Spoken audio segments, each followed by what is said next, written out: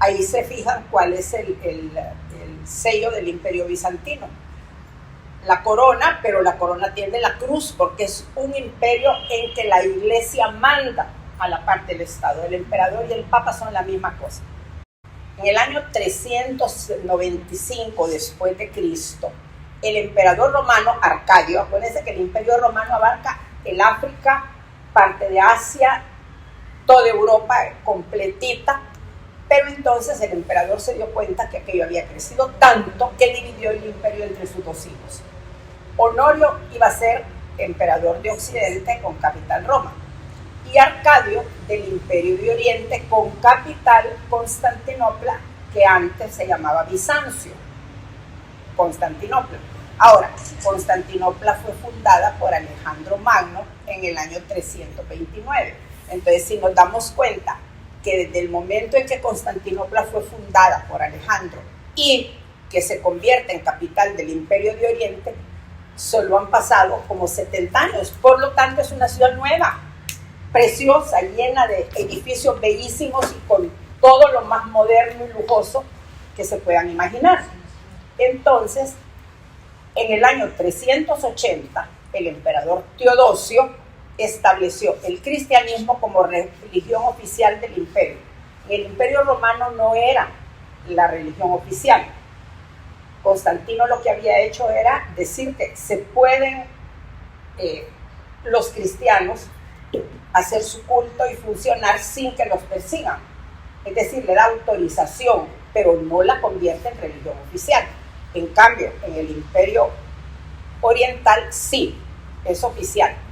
Y la tendencia del imperio de Oriente es de perpetuar el helenismo y la cultura griega, y por lo tanto deciden adoptar como lengua oficial el griego. Entonces ahí viene otra separación. Dicen los historiadores que la separación del idioma es mucho más fuerte que la separación geográfica.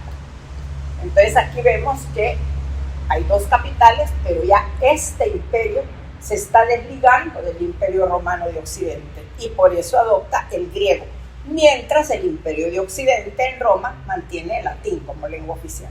Pues ahí hay más o menos una idea de cómo era el imperio romano, ¿verdad? Si fíjense que tiene todo el Mediterráneo completito, por eso es que los romanos decían el Mare Nostrum, es el mar de nosotros, ¿verdad? Alejandro Magno vive en el principio del siglo III, pero él viene de lo que va a ser Grecia después, porque Alejandro Magno es hijo de Filipo de Macedonia. ¿Sí? Pero con Alejandro, que él conquistó un montón, pero entonces el imperio romano le cae encima, porque Alejandro lo que hace es dividir el imperio en tres de sus generales. De ahí es a donde empiezan los antepasados de Cleopatra, porque al general que le regaló Egipto van a ser, pero se separa el imperio, pues igual cuando se empieza a dividir. Entonces eso es lo que pasa con Alejandro. Pero él ya deja su ciudad fundada, Alejandría, que es una belleza. Ellos usan el griego para mantener la identidad griega, helenística, pero en Occidente se mantiene Roma como... Aquí va otra separación en la iglesia. Roma tiene una única sede patriarcal, que es el obispo de Roma. En cambio, en Oriente hay 4. Es decir, no hay, como digamos, un solo mando espiritual, sino que hay el patriarca de Constantinopla, el de Antioquía, el de Jerusalén y el de Alejandría. Y diferencias doctrinales entre ellas y sus patriarcas van a generar divisiones y herejías en el pueblo. Pero el cristianismo primitivo tuvo más rápido desarrollo en Oriente que en Occidente, claro, porque era una ciudad nueva, no tenía todos los vicios que tenía Roma todavía, y luego se luchó por la unidad religiosa contra la difusión de herejías como el monofisismo y el arrianismo. Ya después dice ahí lo que es cada uno. Su máximo esplendor del imperio bizantino fue cuando el emperador Justiniano I en el siglo VI y cayó ese imperio en 1453 con la toma de Constantinopla por los turcos. Entonces ahí tenemos una idea de cuánto tiempo duró, del 329 al 1453. Yo creo que tienden más a la figura de Dios Padre, porque el famoso Pantocrátor, acuérdense cómo está arriba casi siempre en la salida de las iglesias, de manera que cuando uno sale de las iglesias bizantinas, arriba de la puerta de salida es que está esa figura del Pantocrátor. Creo que ya vamos a ver una de esas, pero creo yo que se enfoca más a la figura de Dios Padre. El emperador bizantino se llama el Basileus y es el jefe supremo del ejército, de la administración y del poder religioso como rey sacerdote. Y tiene el título de Isapóstolos, que quiere decir igual a los apóstoles. Él nombra al patriarca de Constantinopla y el patriarca lo corona a él. No hay monarquía hereditaria, sino que el emperador, el Basileus, elige a su sucesor para asociarlo al gobierno con el título de César. Es decir, es la época en que empieza a haber dos emperadores. El emperador, casi como el diputado sombra, ¿verdad?, en Inglaterra. Entonces aquí es el emperador y el César, que es el coemperador, que va a ser su sucesor, pero que él no ha nombrado, no es porque sea su hijo. Para evitar que, oigan esto tan horrible, que emperadores depuestos y familiares reclamaran el trono, eran castrados, cegados y confinados a monasterios. ¡Ay, qué belleza! El emperador Justiniano II era llamado Nariz Cortada, porque el usurpador Leoncio mandó cortársela y lo envió al destierro, aunque al volver recuperó el trono. Vaya, esa es una pintura, un ejemplo de lo que podía haber sido el Imperio Bizantino, ¿verdad? Una Roma, piensen, ya para este tiempo Roma tiene 500, 600 años de existencia, ¿verdad? En cambio esto van naciendo. ¿Cuáles son las dos dinastías más importantes? Vaya, igualito como en Italia teníamos a los Médicis, a los Ferrara, a los Borgia y todo, también aquí va a haber dos familias determinantes que van a ser los ducas y los comnenos. Y mediante matrimonios entre ellos realizaron uniones que causaron serios conflictos porque la sucesión imperial no era hereditaria, sino designada entre los más importantes. Juan Ducas fue el hijo mayor de Constantino Ángelo y Teodora Comnena. Lo terrible también es que repiten los nombres, ¿verdad? El Teodora Justiniano se va a repetir. Teodora es la hija única del emperador Alejo Comneno e Irene Ducas. Luego, Irene Ducas es la hija de Andrónico Ducas y esposa de Alejo I Comneno y madre de Juan II Comneno y Ana Comneno. ¿Por qué la subrayo? La subrayo y la pongo en rojo, porque Ana Comnena fue además una gran escritora y una gran historiadora. Por supuesto, aquí estamos hablando de un imperio cristiano, pero ya muy poquito después de eso, como ya hay amenaza de los turcos en Palestina, ya Palestina ha caído en poder de los turcos, entonces en Europa al monje Pedro se le ocurre empezar a predicar la cruzada, que van a ir a rescatar los santos lugares. Por supuesto, otro día vamos a ver las cruzadas, ¿verdad? Pero la primera cruzada y todas las demás, cada una en su estilo, son un desastre. Entonces la Ana Comnena, el libro que escribe, es que esto es lo tremendo, es en contra de los cruzados, por los abusos que cometieron, porque es para salvar Tierra Santa, pero a la mitad de salvar Tierra Santa hicieron horrores. Entonces prácticamente son las primeras guerras de religión. Bueno, las luchas sucesivas entre las dos familias por el trono de Bizancio debilitan el poder militar y permiten la pérdida de territorios ante el Islam. Y las luchas contra las pretensiones de los cruzados de establecer pequeños reinos cristianos independientes del imperio. Entonces todas estas cosas van a ir en contra del imperio bizantino, ¿verdad? Más o menos una idea de la manera como se vestían. Si se fijan, es un lujo exagerado todo, ¿verdad? Las mujeres con todas sus peinetas y los bordados de los vestidos y todo lo demás. La dinastía de los ducas, ellos gobernaron el imperio del 1059 al 1078. No fue mucho, ¿verdad? Si se dan cuenta, son como 30 años. Andrónico fue un militar del ejército, se casó con María de Bulgaria. Ahí ya estamos hablando de un salto a un país de Europa.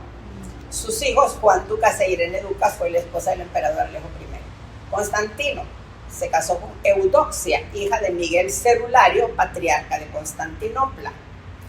La viuda Eudoxia, gerente de su hijo Miguel, se casa con Romano Diógenes, emperador de 1068 al 71, 3 años. Diógenes es derrotado y prisionero en batalla contra los turcos, y al volver a Constantinopla, una conspiración ha nombrado emperador a Miguel VII, hijo de Constantino y Eudoxia. Muere desterrado en un monasterio y cegado por sus enemigos. Alejo Comneno era hijo de Juan Comneno y Ana Dalascena, y fue amante de María Bagraoni, viuda de dos ex emperadores, Ducas y Botaniates. Fíjense que la niña bien, la viuda alegre, adopta a Constantino, que es hijo de su amante, y lo nombra su heredero. Pero la madre de Alejo acuerda su matrimonio con Irene Ducas, hija de la poderosa familia Ducas. Su hija mayor, Ana, historiadora, que ya hablamos de ahí, de gran cultura, se casa con Nicéforo, de la familia imperial. Al nacer su segundo hijo, Juan, heredero legítimo al trono, el hijastro Constantino es desheredado y muere. Pero Ana alega que su marido Nicéforo y ella tienen mayores derechos, y apoyada por su madre Irene, inicia una conspiración contra su hermano Juan, quien finalmente es coronado como emperador. O sea que ahí vemos lo mismo que pasa en todos los países, ¿verdad? Pleito entre nosotros, que todo el mundo quiere de todo. Instituciones, bueno, eso sí es impresionante, ¿verdad? El nivel cultural de esa zona, definitivamente. Escuelas y universidades, bueno, no se llamaban universidades, pero eran eso, pero estaban adscritas a las catedrales, porque la sabiduría era patrimonio de la iglesia, ¿verdad? Porque a los otros solo les interesaba la guerra. Entonces todos tenían escuelas de teología, de filosofía y de, bueno, tremendo. A la Ana, ya sabía que le tenía que dedicar una página, porque me cae muy bien. Estudió literatura, historia, geografía y filosofía. Oigan esto, qué belleza. Era prohibido estudiar mitología por la vida licenciosa de los dioses. Pero ella lo hizo en secreto con un eunuco de su padre como profesor. Al negarse a su esposo Nicéforo a luchar por el trono, Ana afirma que la naturaleza se equivocó en los sexos. Él debió de haber sido mujer. O sea que esa frase también la degrada a ella, ¿verdad? Nicéforo se mantuvo como consejero del emperador Juan. Fracasada la conspiración, Ana y su madre Irene fueron internadas en un monasterio, donde ella se dedicó al estudio de la filosofía. Escribió la Alexiada, 15 tomos sobre el reinado de su padre Alejo. Es la principal fuente de información de la historia y la política bizantina. Las crueldades de los cruzados.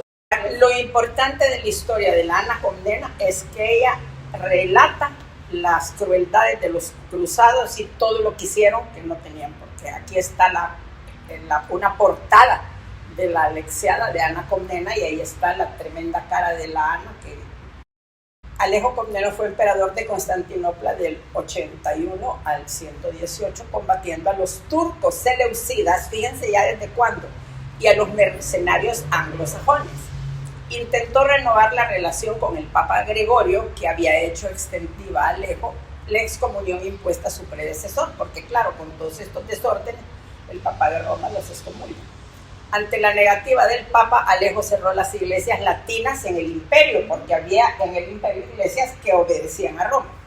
Pero al llegar Pedro el Ermitaño con la cruzada, acuérdense que Pedro el Ermitaño es un monje que empieza a predicar en las calles: vamos a rescatar los santos lugares, que ahí se unen soldados, chusma, gatos y todo lo que se les ocurra, pero por donde van pasando, van, digo yo, que buscando comida y todo lo demás, entonces van saqueando los pueblos. Entonces el camino es algo terrible. No llevaban armas, sino que muchos llevaban arados y carambadas así, porque a ver qué creían que era la guerra. Entonces se tardan años en llegar, y cuando llegan, pues lo que llegan a hacer es a saquear. Entonces por eso dice, devastó los países a su paso, alimentó a los cruzados y los transportó a Asia. Fíjense que fue bien listo este emperador Alejo, ¿verdad? Lo que hizo, los alimentó y después los mandó al Asia para que los aniquilaran los turcos. La cruzada de los príncipes es otra, que en vez de ser el vulgo iban los príncipes. Ahí es donde va Federico Barbarroja, Ricardo Corazón de León, el San Luis de Francia.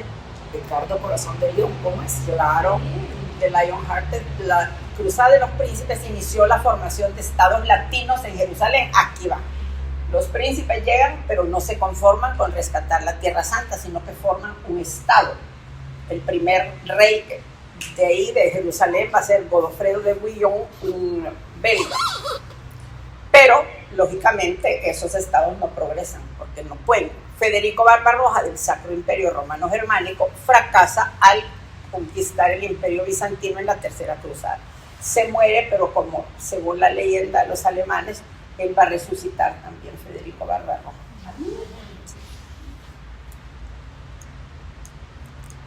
Se dan cuenta que ellos son los que desarrollan la industria del mosaico, ¿verdad? Cosa papella, ¿verdad? Son puntitos, pero puntitos. Ahora, se dice que en la Cruzada de los Reyes viaja la famosa Leonor de Aquitania, porque ella entonces es esposa del rey Luis de Francia, todavía no se ha casado con Enrique II de Inglaterra. Entonces, pero ella viaja a la Cruzada con un séquito de no sé cuántos cientos de carretas y de todo, porque lleva hasta su tina de baño y todo lo demás. Que ella es princesa por su nacimiento, ¿no? Es duquesa de Aquitania y de no sé cuántas otras cosas, pero se casa con el rey de Francia, Luis, no me acuerdo, creo que Luis VI. Y el rey lo acompaña a la cruzada como una mujer devota, ¿verdad? Pero como les digo, ella lleva todo su caterva de cosas, porque hasta la tina de baño, ¿verdad? Pero cuando llega a Constantinopla y conoce al emperador Alejo Comneno y se da cuenta de las riquezas que hay en el palacio y lo compara ella con los horrores que Europa todavía está en pañales en ese tiempo, ¿verdad? Y se quiere quedar con Alejo Comneno. No se quiere ir a la cruzada, ¿verdad? Entonces, ahí empieza el movimiento iconoclasta en contra de las imágenes sagradas. Fíjense que por eso en la iglesia, en el estilo bizantino, hay pocas imágenes, sino que casi todos son cuadros. Vean los famosos iconos. Entonces, no son murales. Sí, empieza, dice, ese movimiento iconoclasta, que empiezan a destruir todas las imágenes por considerarlas causa de idolatría. Pero en el 726 el emperador León III prohíbe el corte a las imágenes, hasta que la emperatriz Irene convoca al concilio de Nicea. ¿Se dan cuenta? Es la emperatriz la que convoca al concilio, afirmando legítimas las figuras de Jesús, la Virgen María y los santos. Los monofisistas, estas son las herejías que condenan esos dos concilios. Los monofisistas consideran que en Cristo hay una sola naturaleza, la humana. Cristo no es Dios. Y el concilio de Calcedonia lo condena. Pero para los arrianos, el Hijo, o sea Jesús, al ser creado como hombre, es inferior al Padre. Prácticamente las dos herejías son las mismas, ¿verdad? Yo así lo veo, que en uno que dice solo hay la naturaleza humana y el otro que como es hombre es inferior al Padre, es condenado por el concilio de Nicea. Les cuento que en este viaje del Papa al África, en todos sus discursos menciona que el objeto de su viaje es conmemorar el concilio de Nicea y el concilio de Calcedonia, porque son, no me acuerdo si 1000 años o no sé cuánto, ¿verdad? Pero bien bonito como hablan. El arrianismo, el Hijo al ser, no, eso ya lo dije, el concilio de Éfeso en 431 condena a Nestorio por negar la maternidad divina de la Virgen María. Nestorio dice que Jesús es Dios, pero que la Virgen no puede ser madre de Dios, ella solo es madre del hombre. Por eso es que en ese momento se agrega la segunda parte a la Ave María, Santa María, Madre de Dios. Pero se dice que la oración más antigua a la Virgen fue encontrada en unos papeles del siglo II, y es el bajo tu amparo nos acogemos, Santa Madre de Dios. O sea que desde el siglo II la gente aseguraba que la Virgen era Madre de Dios, aunque no fuera un dogma de fe, ¿verdad? Como fue hecho después. El serio enfrentamiento desatado por el patriarca de Constantinopla, apoyado por el emperador León III, que pretendía acabar con la influencia política y la concentración de poder de los monasterios. Surge una corriente, ay miren, esto me dio risa, surge una corriente religiosa que busca quietud y tranquilidad, fundada por Gregorio Palamos en el monte Athos, al norte de Grecia, donde se fundan decenas de monasterios totalmente masculinos en un territorio independiente que rechaza la presencia de mujeres. Ahora, lo interesante es que no es que no admitan a mujeres en el monasterio, es que en ese territorio no pueden entrar mujeres. En todo el territorio, quizá ellos se lavan la ropa y todo, ¿verdad? Y miren lo que sigue. En la actualidad existen más de 20 monasterios masculinos declarados por la UNESCO Patrimonio de la Humanidad, y fallan los intentos femeninos para ingresar en años recientes. O sea que siguen en el siglo XX, en el siglo IX, sí, a eso sí es bien bonito. 2 monjes de ahí, de esa zona, evangelizaron Moravia, pero después evangelizaron Rusia. Y Cirilo inventó el alfabeto cirílico, que es porque eran idiomas que solo eran hablados nada más, no tenían alfabeto. Entonces van a ser estos 2, Cirilo y Metodio, los que hacen el alfabeto y logran la conversión de la Rus de Kiev, o sea, la capital de Ucrania. Bueno, ahí está una cosa que pinta la unión de la Iglesia y el Estado, lo que es terrible. La expansión del cristianismo generó una grave crisis entre Focio, patriarca de Constantinopla, y el Papa Nicolás I de Roma. Sin llegar a un acuerdo, se excomulgaron mutuamente. Yo creo que esta excomunión la quitó el Papa Juan Pablo II, la mutua excomunión de los 2 patriarcas, porque él es el que de Oriente y de la de Occidente. Porque acuérdate que ellos tienen otro Papa, Sí, ahora, que es el patriarca, que no se llama su santidad, sino su beatitud. Hoy que el Papa estuvo allá, a algunos les decía su santidad, a otros su beatitud, y al otro católicos, el católico de tal parte y de tal otra, porque tienen, y además ellos no ven a San Pedro como jefe de la iglesia, sino a San Andrés, el hermano de San Pedro. Pero la ruptura definitiva de las 2 iglesias llega en 1054 con el cisma de Occidente, que convierte a la iglesia ortodoxa en una iglesia nacional. Pues esa es, yo creo, la primera causa de separación de Roma, es decir, que el Estado tenga injerencia en la iglesia. Hay una disputa por el texto del credo. Los latinos usan el término filioque, diciendo que el Espíritu Santo procede del Padre y del Hijo. En cambio, para los orientales, el Espíritu Santo procede del Padre, porque el Hijo es inferior al Padre. Ahora, según la doctrina católica, es bien difícil entender el misterio de la Santísima Trinidad, ¿verdad? Porque Dios y 3 personas distintas, pero la explicación es que el Padre Dios tiene un amor tan grande por sí mismo que es como que se viera en un espejo, y esa figura en el espejo, que es el mismo pero que es otra figura, es el Hijo, y el amor que hay entre él y su figura es el Espíritu Santo. Es la única manera de entender, que tampoco se entiende, ¿verdad? Pero para estos no era así. Para estos el Padre es mayor, el Hijo es menor, y el Espíritu Santo, dice, procede nada más del Padre, no del Hijo. Contrario a los orientales, que consideran al Espíritu Santo que procede del Padre. Ante la amenaza de los turcos, el imperio pide auxilio a Occidente, que lo condiciona a la unión por decreto de la Iglesia Católica y Ortodoxa, que esto rechazaron. O sea que fíjense que aquí es una cosa que uno tiene que pensar. Los emperadores se ven amenazados por los turcos, piden auxilio a Occidente. Y en ese momento Occidente, cuando hablo Occidente, estoy hablando de las repúblicas que hoy son Italia, porque eran las grandes potencias. De ahí estaba Venecia, estaba, Génova, que son como países con un gran ejército, pero sobre todo con grandes flotas por el comercio, ¿verdad? Pero entonces, ahí sí que actuaron con poca visión, porque exigieron la unión de las 2 iglesias para mandar la ayuda militar, y por eso no pudieron detener a los turcos. La reorganización territorial de distritos militares para mejorar sus defensas. Bizancio tiene el monopolio del fuego griego, un producto químico que arde en el agua. O sea que va a ser aquello horrible que lo tiran desde las murallas y le cae a todo el montón de gente. Luego, la incorporación de los pueblos búlgaros y eslavos al imperio. Ya estamos hablando de Hungría y todos esos países.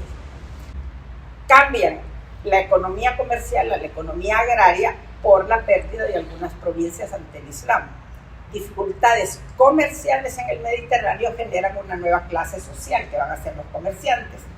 Acuérdense que esta es la época que en el siglo XIV va a tener su mayor desarrollo cuando aparecen los burgueses, que son los ricos que no son aristócratas.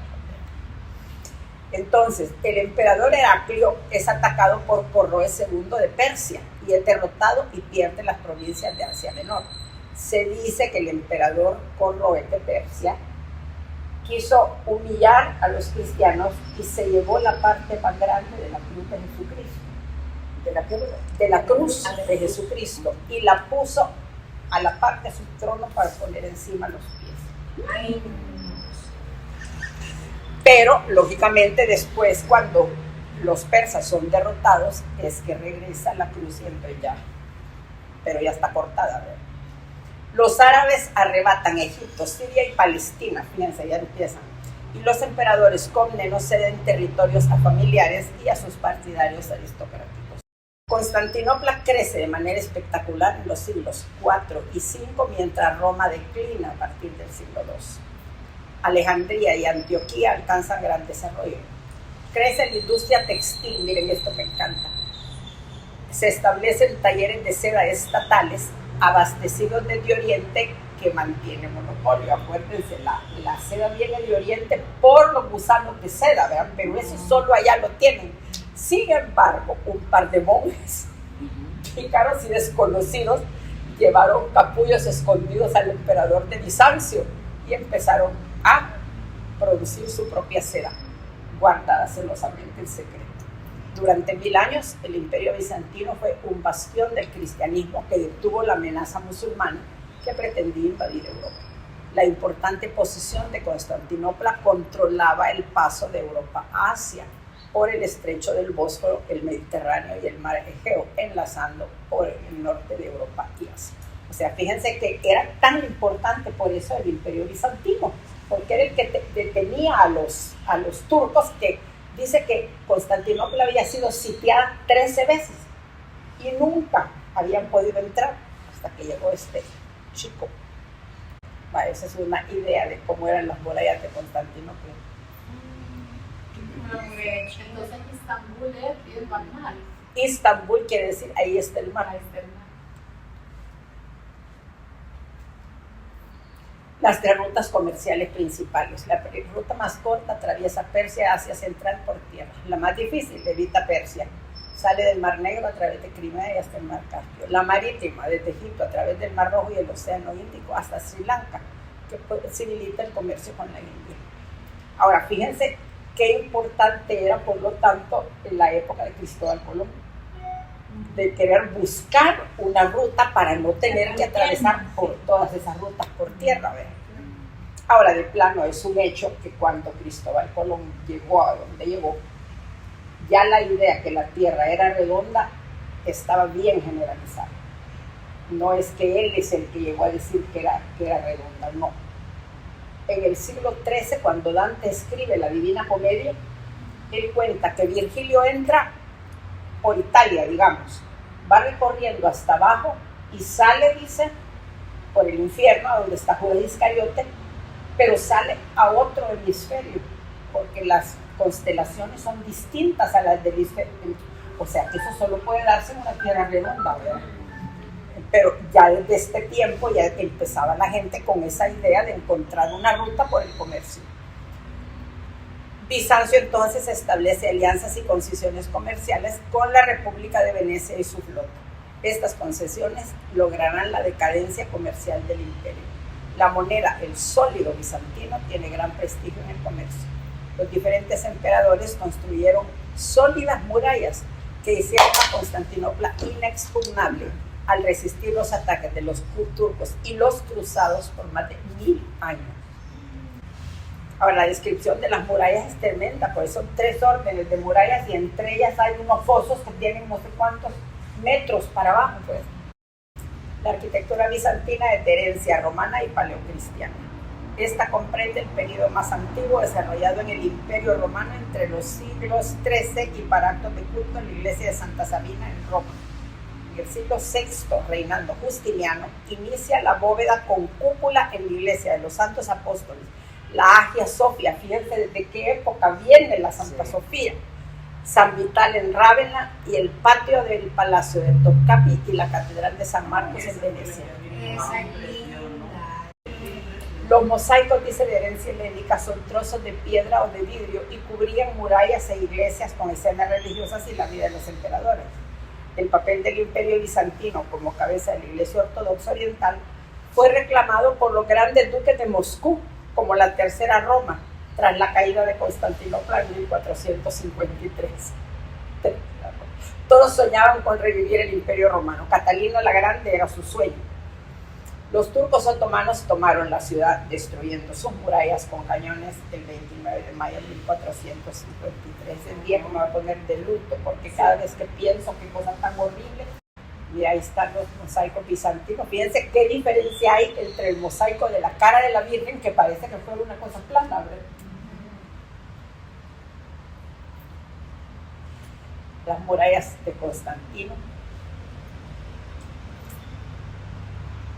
Y pensar que esos mosaicos eran hechos. Y pensar que eran hechos a mano. Sí, a mano.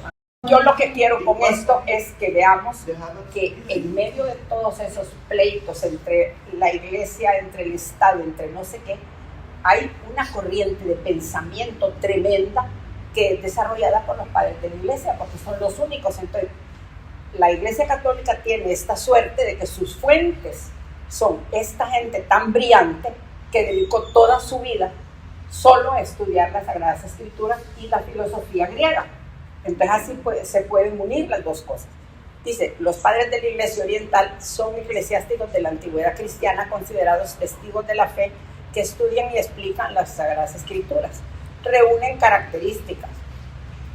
Ortodoxia en la doctrina, es decir, no se separan de la enseñanza de la Iglesia. Santidad de vida, antigüedad y reconocimiento por la Iglesia.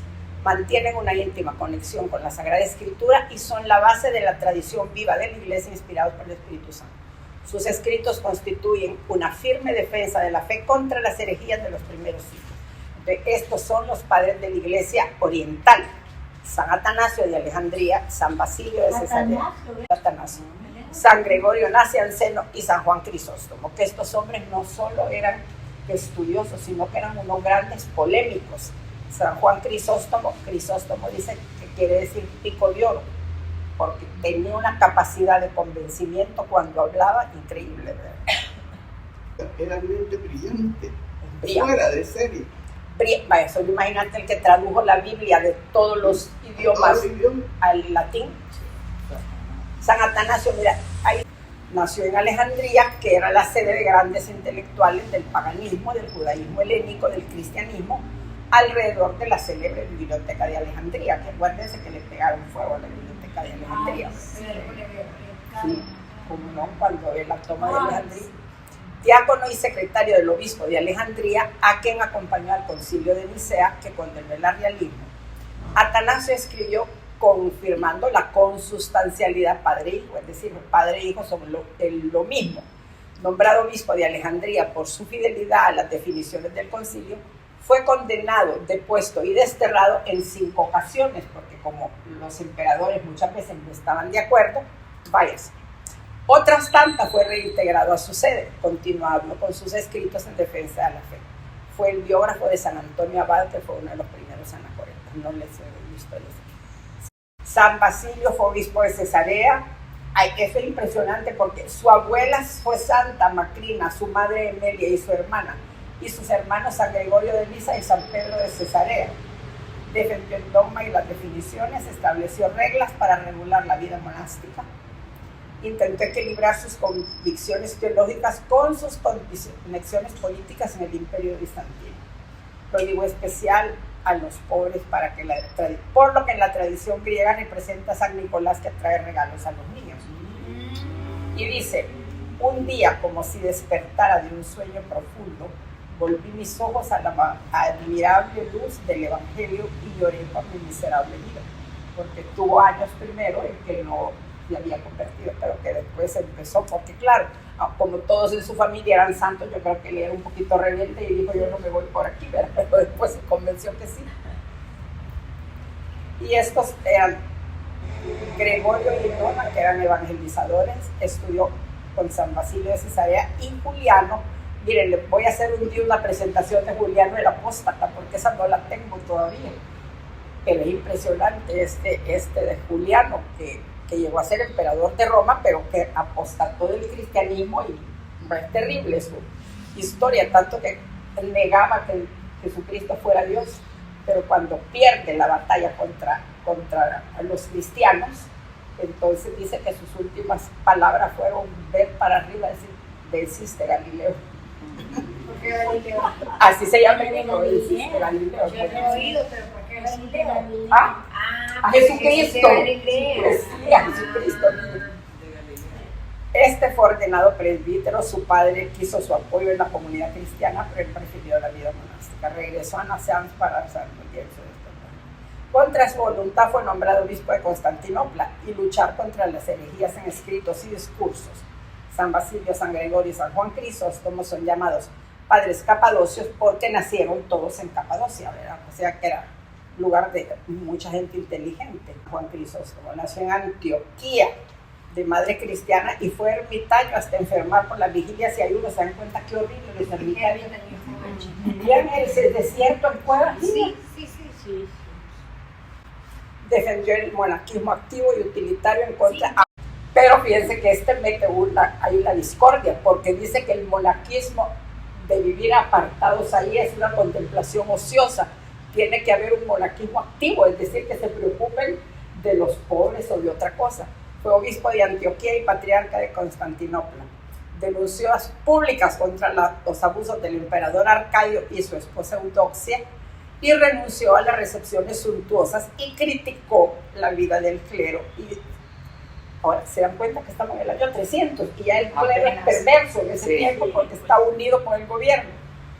Luego, por la temeridad de sus denuncias, fue depuesto y desterrado a Armenia, pero el pueblo pidió su restitución. Siguió escribiendo cartas defendiendo la fe contra las herejías y fue desterrado al Cáucaso, pero se murió en el camino.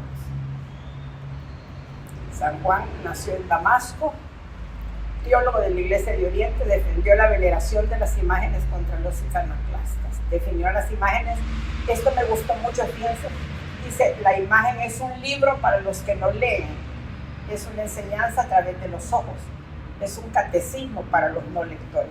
Entonces, esto en otras palabras se llama audiovisual, sí. Que después en la Edad Media esto ocurre en las catedrales. Acuérdense que las catedrales de Europa tienen toda la historia sagrada en la fachada. ¿Y el Vía Cruz? Pues sí.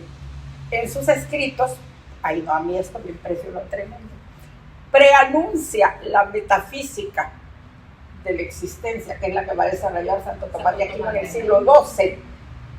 Pero ¿de dónde le salía tanto en la cabeza? ¿Verdad? En sus conflictos, esto está divino, en los conflictos con los herejes le fue amputada una mano, pero la creencia afirma que le fue restituida por la Virgen. Un ícono muy venerado es el de la Virgen de las Tres Manos. Ahí está la Virgen de las Tres Manos, miren qué divina. Qué divina. Son dos diferentes, uno es el otro de plata, todo divino, ¿verdad?